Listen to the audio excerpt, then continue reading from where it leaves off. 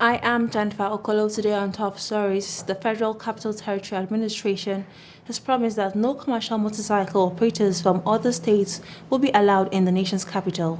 The Kaduna State government had last week banned the use of motorcycles for commercial and personal purposes.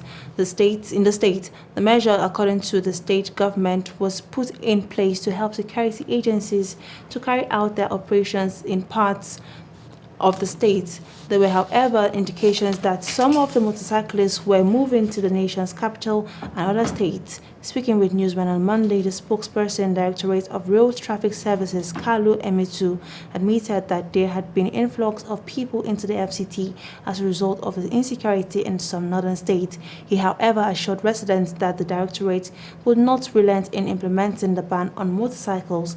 He said the Directorate had a strong working relationship with other security agencies.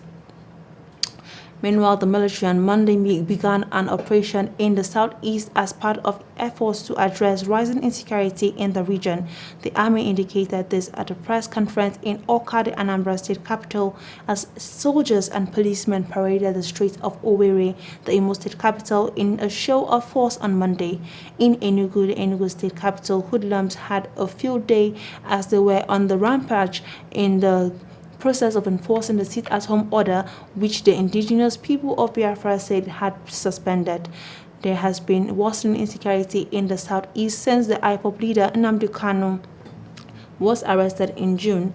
Last week, 9 persons, including Dr. Chike Akunyili, the widower of the late Minister of Information, Professor Dora Akunyili, was killed by gunmen at Nkpo in the Indimili North local government area of Anambra State. On Monday, violence continued in Enugu, where hoodlums attacked and set ablaze the tricycle for allegedly disobeying the sit-at-home order.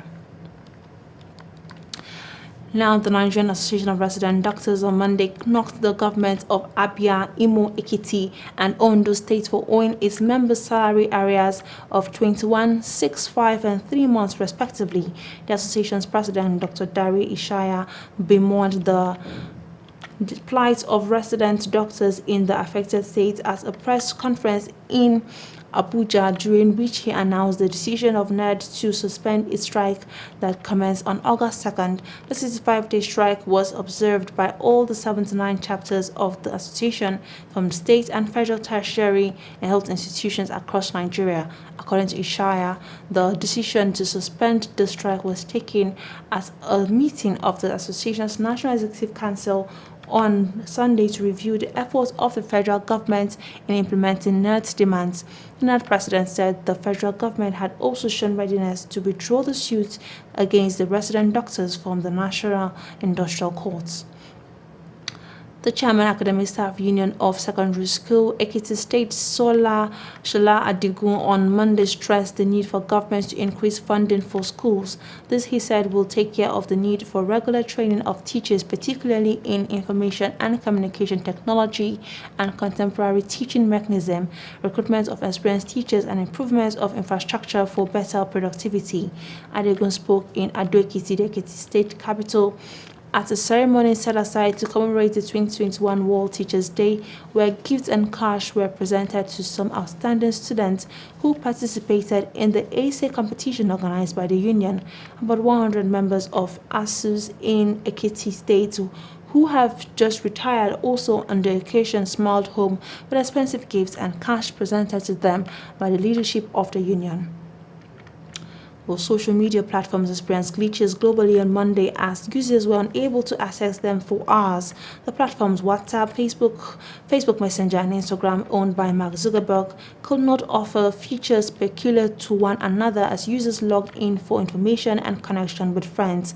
Bloomberg reports that Silicon Valley techpreneur Mark Zuckerberg's personal wealth has fallen by nearly $7 billion in a few hours, knocking him down a notch on the list of the world's richest people after a whistleblower came forward and outages took Facebook Incorporated's flagship products offline. The stock slide on Monday sent Zuckerberg's worth down to $120 $1.9 billion, dropping him below Bill Gates to number 5 on the Bloomberg's Billionaires Index. He's lost about $19 billion of wealth since September 13, when he was worth nearly $140 billion, according to the index. However, the platforms were back online after some hours. And that's all on Top Stories. To stay tuned and enjoy the rest of our programs. Bye.